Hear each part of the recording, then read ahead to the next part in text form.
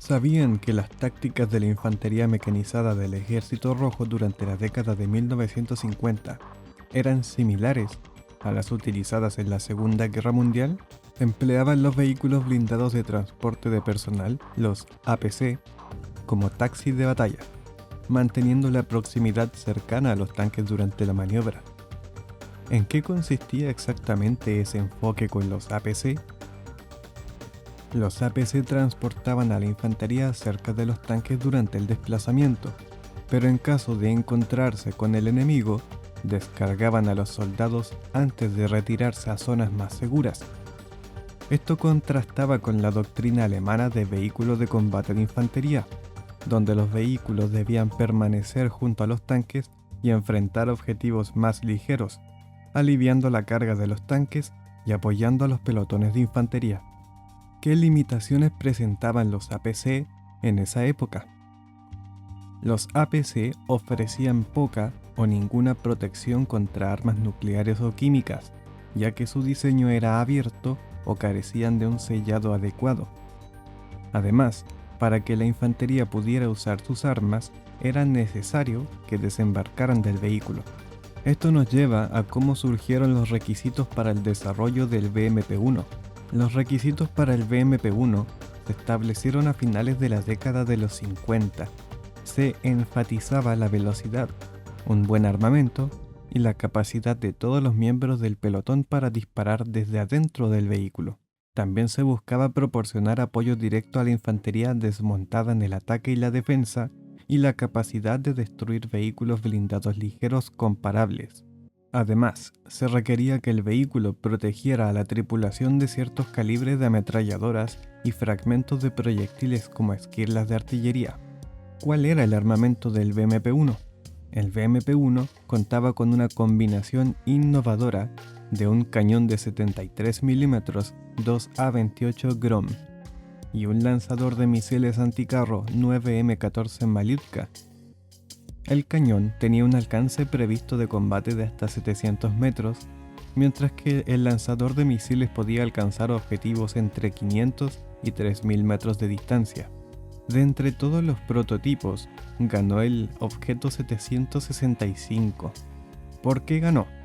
El 765 fue elegido debido a su diseño con motor frontal, que facilitaba el montaje y desmontaje de la infantería a través de dos puertas traseras. El prototipo original se construyó en 1964 y luego se desarrolló una versión mejorada, que fue aceptada por el ejército en 1966 bajo la designación BMP-1. Fue ese mismo año que comenzó la producción a pequeña escala del BMP-1. Se preguntarán cuántas versiones diferentes tuvo a lo largo del tiempo. Y es que fueron varias, solo en la Unión Soviética.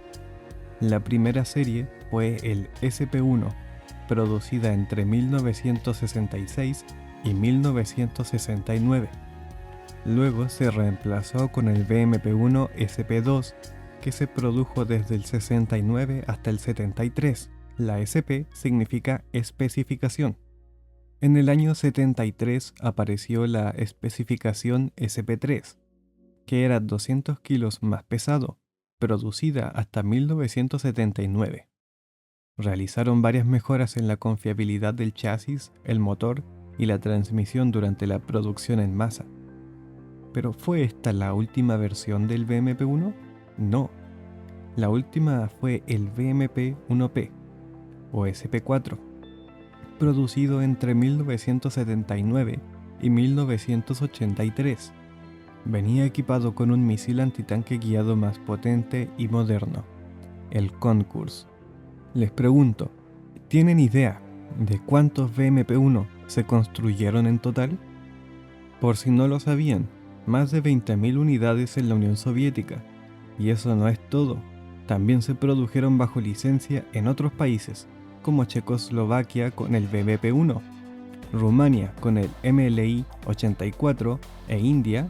Además, China hizo su propia versión no autorizada llamado Tipo 86 o WZ501. Me gustaría conversar un poco más del BMP-1P. Esta fue una verdadera modernización. Quizás no sepas el porqué. Lo más importante fue que reemplazaron al Malyutka con un lanzador más confiable, el Konkurs, mejorando considerablemente sus capacidades antitanque debido al guiado semiautomático. Para que comprendan la diferencia, el Malyutka era disparar un misil y guiarlo con un joystick hacia el centro de la mira, mientras que el Konkurs era todo lo contrario, era simplemente apuntar con la mira hacia el objetivo y el misil haría su mayor esfuerzo para centrarse e intersectarse con la mira. Es como pasear un perro por la calle que te tironea para todos lados, comparado a un perro de ayuda que guía a un ciego. Además, el Konkurs tenía una penetración incrementada por sobre el Malyutka. ¿Y fue esa la única mejora del BMP-1P? No, también hicieron otras mejoras.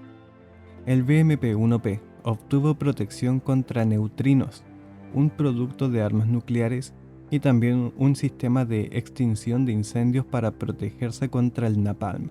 También agregaron los lanzadores de granada de humo 902V Tucha de 81 mm y algunos tenían una pala para actuar de bulldozer. El BMP-1P se convirtió en el modelo de producción estándar en el 79. Seguramente habrán escuchado de otro modelo llamado BMP-1PG, que podía llevar un lanzador de granadas automático de 30 mm, el AGS-17. Sin embargo, falta todavía otro modelo de BMP que les será de interés. Imagínense Afganistán, montañas, nula presencia de blindados enemigos, minas y EDs. Ahí entró el BMP no anfibio, la variante BMP-1D. Algunos de estos no llevaban ATGM, sino que el lanzador de granadas automático. Llevaban blindaje con placa de acero adicional de 5 mm, faldones laterales, placas de blindaje bajo el comandante y conductor para protegerse contra minas. Una verdadera adaptación para luchar en conflictos de menor intensidad o con poca amenaza blindada. Fue justamente la experiencia en Afganistán la que inspiró la creación del sucesor del BMP-1, el BMP-2. Si a este punto del video quieres saltar al BMP-2, adelante, dejaré las marcas de tiempo, porque lo que veremos ahora es más denso, más detalle del BMP-1. El conductor se sentaba adelante, en el lado izquierdo del chasis. Tenía 3 bloques de periscopio para ver mientras tuviera la escotilla cerrada, aunque el bloque central podía ser reemplazado por un dispositivo de visión nocturna para su uso durante la noche. También podía instalar un periscopio extendido mientras se nadaba. ¿Mencioné que el BMP era un vehículo anfibio? El BMP era también el primer vehículo soviético en utilizar un sistema simple de volante para conducir. La estación de comandante detrás del conductor puede instalar un reflector de búsqueda infrarrojo con un rango efectivo de hasta 400 metros. También tenía un dispositivo de visión binocular con magnificación, además de manejar el set de radios. La icónica torreta cónica estaba equipada con un sistema de extracción de gases y era girada con un sistema eléctrico, aunque también poseía un sistema manual de respaldo. Tenía, sin embargo, una debilidad importante. Entre las 10 y 11 en punto del vehículo estaba el reflector infrarrojo, y el cañón debía evitar girar ahí para evitar romperlo. Otra debilidad es que no podía apuntar hacia atrás porque prevendría la apertura de las escotillas del compartimento de tropas que se tenían que abrir hacia arriba. Sin embargo, la torreta era de muy bajo perfil y sería un diseño popular. El artillero se ubicaba a la izquierda del cañón principal. Tenía un periscopio monocular con intensificación de imagen y magnificación, 4 bloques de periscopio ópticos y un reflector de luz infrarroja o luz blanca removible. La mira estaba marcada con estadiometría para medir distancias al objetivo, y la más producida, la del SP-3, traía 2 escalas para los proyectiles HEAT y alto explosivo. El cañón es un 2A28 Grom de 73 mm de baja presión y animaliza con carga semiautomática, el cual se alimenta de un cargador de 40 rondas ubicado alrededor del anillo de la torreta, permitiendo disparar 8 a 10 rondas por minuto, aunque sí puede ser recargado manualmente. Este cañón está directamente relacionado en su desarrollo con el cañón sin retroceso SPG-9. De hecho, pueden utilizar los mismos proyectiles. La diferencia es que los proyectiles del Grom utilizaban menos propelente. La manera en que funciona es igual que el SPG-9. El cañón le entrega un impulso inicial a la munición. Al viajar unos 10 metros, inicia el motor de cohete y la munición acelera por sí sola. En otras palabras, técnicamente está disparando cohetes. Hablemos de las dos municiones principales. La primera es la cabeza HAT que se llama PG-9, que penetra entre 280 y 350 milímetros de blindaje homogéneo, más que suficiente para penetrar a cualquier MBT de la OTAN de los años 70, como el M60, el Chieftain y el Leopard 1. La ronda PG-9M, modernizada, puede penetrar hasta 400 milímetros. Era una ronda que en condiciones del campo de batalla reportaba un rango efectivo máximo de 500 metros, mucho menos si era de noche, mientras que la ronda fragmentaria OG-15V podía lanzarse hasta un máximo de 4.400 metros como fuego indirecto, mientras que como fuego directo, dígase durante un asalto, el rango era de hasta 1 kilómetro. Lamentablemente el Grom y la coaxial de 7.62 no era precisa mientras se disparaba en movimiento, también era limitada en depresión de ángulo, lo que limita su efectividad en posiciones hull down. También tenía limitaciones de elevación, tan solo 15 grados de elevación para el fuego directo. Esto significa que en medio de montañas, en medio de edificios, el BMP-1 era incapaz de abrir fuego contra enemigos, lo que se consideró una falla crítica de diseño, como descubrieron durante Afganistán. Además, algunas unidades removían el mecanismo de autocargador debido a que las vibraciones rompían la máquina, cesando su función. En vez de eso, simplemente dejaban la cinta transportadora, pero cargaban manualmente la munición. No solo eso, la munición fragmentaria obligatoriamente debía cargarse manualmente porque no se cargaba con el autocargador. El tercer componente, el lanzador de ATGM, estaba montado sobre el mantelete del cañón. Inicialmente era capaz de lanzar al 9M14 Malyutka, conocido en la OTAN como AT-3 Sager. Estos ATGM estaban destinados para su uso contra MBTs enemigos y otros blindados a distancia desde los 500 a 3000 metros. Penetraban hasta 400 milímetros de acero y solo podían ser utilizados con guiado manual. Podía llevar un máximo de 5 misiles, uno ya cargado y el resto dentro del vehículo. Solo podían ser lanzados durante el día, y además de ser robustos y simples de equipar, las desventajas del Malyutka eran variadas. Un arma de nicho, peor aún, y que identifico como una incompatibilidad con la doctrina soviética, era la necesidad de tener artilleros de gran habilidad y mucho entrenamiento en el empleo del misil.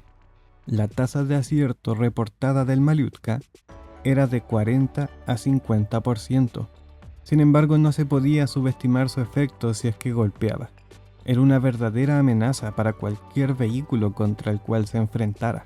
Podemos ver entonces que si bien la capacidad antitanque del BMP-1 era muy buena en el papel, en la práctica requería de muchas variables a su favor para poder ser utilizadas al máximo de su capacidad. En verdad, yo opino, en vista de su uso doctrinal, de lo que se suponía iba a ser, el uso de su armamento era apropiado para el rol antipersonal, y además resultaba ser un diseño robusto, simple, que aprovechaba el uso de motores cohete para disminuir el desgaste de los mecanismos. Mientras tanto, el uso antitanque se debía limitar puramente al rol defensivo en una posición preparada y con toda la ventaja que eso conlleva. Otra característica doctrinal era la habilidad de poder disparar desde el compartimento de tropas del BMP. Este compartimento podía llevar hasta 8 soldados con 4 puertos de fuego a cada lado y uno solo en la puerta trasera. Cada estación tenía un extractor de gases y deflector de cartuchos, demostrando que su diseño estaba optimizado para tanto el rifle AK como para su uso presupuestado. El tanque de combustible se ubicaba al medio del compartimento, entre las bancas, y habían 4 escotillas en el techo del casco que podían abrirse desde el compartimento de tropas. Las puertas traseras podían también llevar combustible. Una de las creencias erróneas eran de que era una mala idea tener combustible en las puertas. Para empezar, si están atravesando el posterior de tu vehículo, probablemente sean las propias balas y rondas tu mayor problema y no el combustible en la puerta. Además, el diésel es utilizado como combustible principal de un blindado por sus características no inflamables. Y en el caso de no tener ese combustible, se podía llenar el compartimento con arena para una protección extra capaz de aguantar hasta calibre 50. No solo eso, el combustible que iba dentro de esas puertas era para extender el rango operacional, nunca se llevaba a combate. Lamentablemente, el espacio dentro del compartimento es limitado. Poco espacio para llevar equipamiento personal, lo que significaba llevarlo afuera, en el techo durante una operación, alguna vez limitando que la torreta se gire completamente. Algunas veces llevaba municiones dentro de este compartimento, lo que podía llevar a una falla catastrófica en caso de una penetración. En resumen, iban bien apretados e incómodos. El BMP-1 utilizaba un motor diésel de 300 caballos de fuerza UTD-20 ubicado en el frente del chasis, pero detrás de la transmisión. La caja de cambios era manual con 5 cambios adelante y 1 en reversa.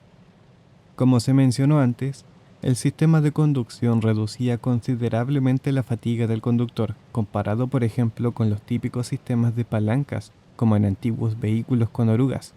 Este vehículo era rápido, maniobrable, y sus tanques de combustible le daban un rango operacional de hasta 600 kilómetros crucero, siendo capaz de seguir el paso a los MBT. Esto era así por diseño operacional. El BMP estaba diseñado para acompañar al MBT a cada paso durante la batalla. El BMP-1 era también anfibio. Se impulsaba por el agua utilizando sus orugas, nadando a 8 km por hora máximo, y la forma del casco junto con algunas otras características como ruedas huecas le permitían flotar. Sin embargo, en condiciones de aguas turbulentas requería de apoyo de ingenieros. La protección del vehículo consiste de acero homogéneo con variado espesor, entre 6 milímetros en el techo y 33 milímetros en el mantelete del cañón principal. Originalmente el requerimiento era protegerse de rondas perforantes de 23 milímetros en el arco frontal a 500 metros y protección contra 7.62 perforantes en el costado y posterior desde 75 metros. El diseño angulado le permite aguantar satisfactoriamente esquirlas de artillería, fuego de armas pequeñas e incluso fuego de calibre 50. El angulado permite entonces que la probabilidad de rebote de las balas aumente significativamente. No obstante, es importante notar que los métodos de fabricación varían de nación a nación, y allí donde la calidad sea menor, significará entonces una mayor probabilidad de que una ronda penetre, especialmente una de mayor calibre, en vez de simplemente resistirla como se tenía planificado por diseño. En Afganistán y Chechnya, las rondas perforantes de ametralladora a todo propósito a distancias muy cercanas, hablo de 30 a 50 metros, a veces penetraban las puertas traseras y las escotillas. Y durante la Primera Guerra del Golfo, el BMP-1 era vulnerable a las rondas Armor Piercing del M2 Bradley con su cañón Bushmaster de 25 milímetros. Pero habían más problemas, que se volvieron visibles cuando en la guerra soviéto-afgana, una mina antitanque explotaba en el lado izquierdo del BMP. Destruía las ruedas y las orugas como es de esperarse, pero también penetraba el suelo y mataba tanto al conductor como al comandante, dado que se sientan uno detrás del otro en el mismo lado y dentro del chasis. Algunas veces los conductores colocaban sacos de arena en un esfuerzo de protegerse. La misma clase de explosión no tenía para nada el mismo efecto si ocurría en el lado derecho. Y esto quizás no lo habían considerado en el supuesto entorno NBQ del cual se esperaba luchase, y es que al recargar el Malyutka, se tenía que abrir una pequeña escotilla desde adentro del vehículo, negando entonces la protección del aislamiento nuclear, biológico y químico, que se suponía que entregaba. El BMP es también tremendamente vulnerable a cualquier clase de penetración. El carrusel, de alguna forma, se intersecta desde cualquier ángulo con un hipotético penetrador, resultando en el 95% de los BMP-1 con explosiones e incendios catastróficos, reduciendo incluso aún más la sobrevivencia de la tripulación. Debido a esto, los soldados soviéticos solían andar sentados fuera del BMP, incluso en situaciones de combate. He mencionado también la probabilidad de incendios por el combustible, que en el caso del diésel es baja. Sin embargo, muchas veces se utilizaba queroseno, y ese combustible sí que es inflamable. Por lo tanto, una penetración del tanque entre las bancas significaba un incendio que se esparcería dentro del compartimento, resultando en la muerte por quemadura de los tripulantes y una posible explosión si se esparcía el carrusel de munición. Otro problema que comunicaban las tripulaciones es la falta de aire acondicionado. Sus tripulantes y pasajeros sufren en climas templados. Durante la guerra del Yom Kippur, las tripulaciones llevaban las escotillas del techo abiertas para que entrara el aire, dejándolas vulnerables al fuego de ametralladora desde lugares altos. El BMP-1 era también capaz de inyectar combustible diésel vaporizado en el escape, para así generar una pantalla de humo que sería utilizada, por ejemplo, durante ataques de batallón por el primer escalón de vehículos, lo que cubriría a los escalones siguientes, enmascarando su movimiento y dificultando el fuego enemigo. Actualmente, el BMP-1 está siendo utilizado en la invasión a Ucrania, tanto por Rusia como por Ucrania y los separatistas, debido a su gran disponibilidad numérica en comparación al más moderno, pero menos producido BMP-3. Aunque el BMP-1 era un diseño y concepto revolucionario, su armamento principal dejaba mucho que desear. Las lecciones del Yom Kippur y Afganistán, combinado con observaciones de blindados occidentales, resultaron en el proyecto de reemplazo del BMP. El BMP-2 es en general muy parecido al BMP-1, excepto que ahora el comandante se sentaba con el artillero en una torreta agrandada. El armamento ahora utilizaba el venerable cañón automático de 30 mm 2A42 y el lanzador de ATGMs AT4 Fagot y AT5 Concourse, que son misiles guiados de manera semiautomática, incrementando la letalidad exponencialmente y facilitando el entrenamiento de este sistema de armas. Otra diferencia es que podía llevar 7 soldados en vez de 8, y tenía un blindaje ligeramente mejorado. El BMP-2 es una aplicación técnicamente excelente de las tecnologías y características disponibles en su familia. Muchos ven al BMP-2 como un remix del BMP-1, y aunque técnicamente es cierto, el sentimiento detrás de este tipo de argumentos no va por un buen camino. No es lo mismo en la práctica. El resultado fue un vehículo enteramente diferente con capacidades expandidas. El problema es que el BMP-2 nunca superó la carencia de un sistema de imagen térmica como lo tenía el M2 Bradley, y a medida que fue pasando el tiempo, el BMP-2 fue quedando atascado tecnológicamente mientras sus contemporáneos seguían evolucionando. Se producirían un total de 14.000 BMP-2 entre 1980 y 1989. Al pico de su producción salían entre 1.800 y 1.900 unidades por año, el triple del M2 Bradley. Esto significaba que muchas unidades motorizadas serían equipadas con un vehículo muy apto para la tarea. El comandante del BMP-2 es el líder de la escuadra, ya, de los fusileros motorizados, igual que en el BMP-1. La diferencia es que antes estaba en el casco o el chasis del vehículo. Ahora en la torreta, haciendo el rol de doble comandante, tanto de vehículo cuando está montado y desmontando junto a su escuadra de ser necesario, dejando al artillero con la tarea de comandante en su ausencia. El comandante tenía unos míseros 2 periscopios de visión general. El comandante de un Marder, por ejemplo, tiene 5 periscopios cubriendo 160 grados frontales. Pero a diferencia del comandante del Marder, la cupola es rotatoria. Así que el comandante del BMP-2 puede girar su cupola alrededor de 360 grados. Quizás no sea tan rápido y conveniente como mirar un periscopio a cualquier dirección, pero el efecto final es el mismo. Además tenía un periscopio de vista trasera para ver inmediatamente atrás. Hay un detalle, sí. Y es que algunas veces los periscopios se llenaban de bruma y el sistema de calentamiento del periscopio no funcionaba por alguna extraña razón. Eso provocaba que fuese casi imposible utilizarlos. Una ventaja considerable del BMP-2 en cuanto a eficiencia de combate era el periscopio pseudo-binocular combinado, que le permitía usar magnificación óptica en el canal de día y magnificación de imagen nocturna en el mismo dispositivo. Este también tenía una capacidad de telemetría usando una escala estadiométrica no estabilizada, lo que le hacía bastante difícil identificar y medir distancias en movimiento, pero sí les daba una capacidad Hunter Killer, algo totalmente ajeno a cualquier IFV de la OTAN de la época. Simplemente colocando la mira del comandante en el blanco y presionando un botón, la torreta giraría hacia el objetivo, y si bien esta no tenía un motor contrarrotatorio, era lo suficientemente liviana y ágil para que el comandante pudiese mantener la mira en el objetivo mientras la torreta giraba. El solo hecho de que esta característica existiera elevaba el nivel de combate del BMP-2 significativamente por sobre el BMP-1.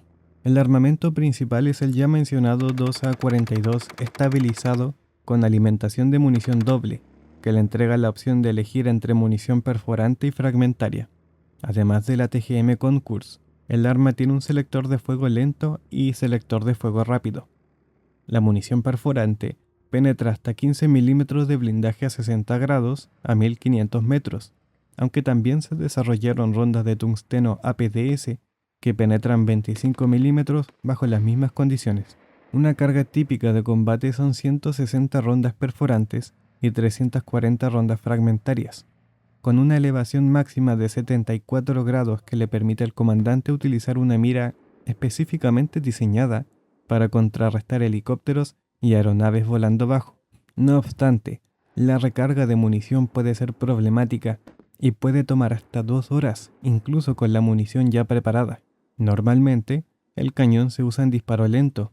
De otra forma, los gases se pueden amontonar más rápido de lo que el extractor de gases puede removerlos, y el rango efectivo del cañón es de hasta 1500 metros contra vehículos blindados, 4000 metros contra objetivos terrestres y 2500 contra objetivos aéreos. El BMP-2 tuvo varias variantes y modificaciones, entre ellas el BMP-2D, que aplicaba placas de blindaje adicional como blindaje espaciado, perdiendo a su vez la capacidad anfibia, y otras modernizaciones que escapan al enfoque histórico de este video. En definitiva, la serie BMP sentó precedentes. Décadas han pasado desde su aparición y décadas pasarán en que seguirán siendo utilizados por su innegable eficacia e historial de combate. El BMP-1 fue el sistema que rompió esquemas. El BMP-2 fue el que arregló las falencias y mejoró el diseño. Un verdadero vehículo de combate. Con eso damos por terminado. Espero te haya resultado interesante, entretenido, y si gustas de apoyar al canal te invito a convertirte en miembro del canal. Nos vemos en el próximo video.